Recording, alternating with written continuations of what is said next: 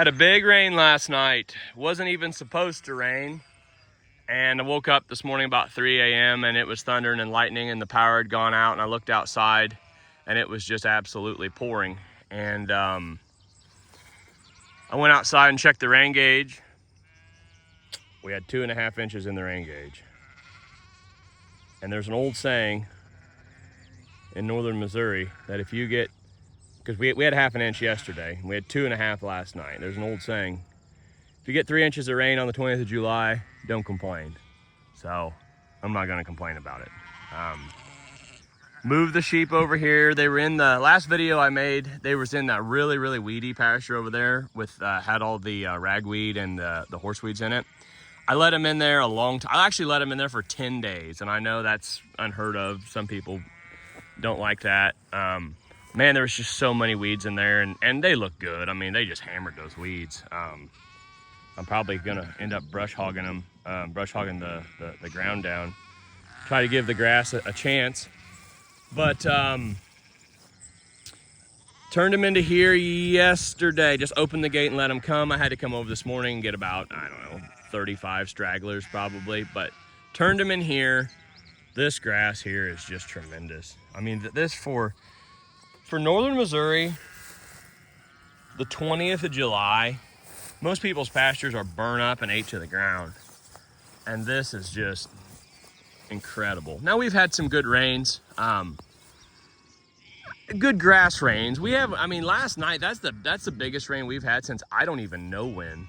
I mean, we've been getting some rains all along just to kind of help you know, the grass out. But as far as like the ponds and the creeks, we have not just had that heavy driving rain to help fill them up. But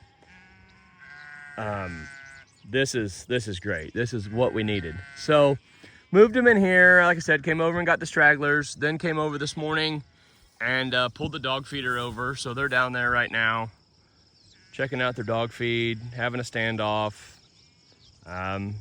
showing everybody who's boss. That's just kind of what they do. But supposed to have more rain on the way today. There's a line of storms moving here. So I'm just gonna leave the pasture and shut the gate and kind of let them have this. Here's my plan, though. It's supposed to be really hot this coming week. This Sunday morning, next week's supposed to be like a heat index in the low hundreds. A lot of brush over there. There's a creek right there and a crossing. Lots of brush over there. Lot of shade. My plan is to come over here tomorrow and move them over there for 4 to 5 days. Then move them back into this pasture for 4 to 5 days. Then shoot them out that corner. I'll put a poly wire up like I did in one of the previous videos. Get them into this bottom and then shoot them out into the big bottom there below the house. That should put them there in the first week of August. I'm gonna gather the entire flock the first week in August, sometime in the first week, and I'm gonna take all my ram lambs off. They're all coming off, every one of them. Whether they weigh 30 pounds or 60, it doesn't matter. They're all coming off. I'm gonna do that so that they don't breed their sisters and their moms and their aunts in August and have babies in January. So I'm gonna do that. I'm gonna turn everything back out, all the girls, all the mommies and the little girls back out. Probably gather them, I'm gonna say mid to late September, and yeah, wean all my my little girls in. Cull, decide what I'm gonna do with you know, some of my sheep that I just don't like. And then there is probably, I'm gonna say 300 head in here that are supposed to start that 10th of September, 5th of September, somewhere in here.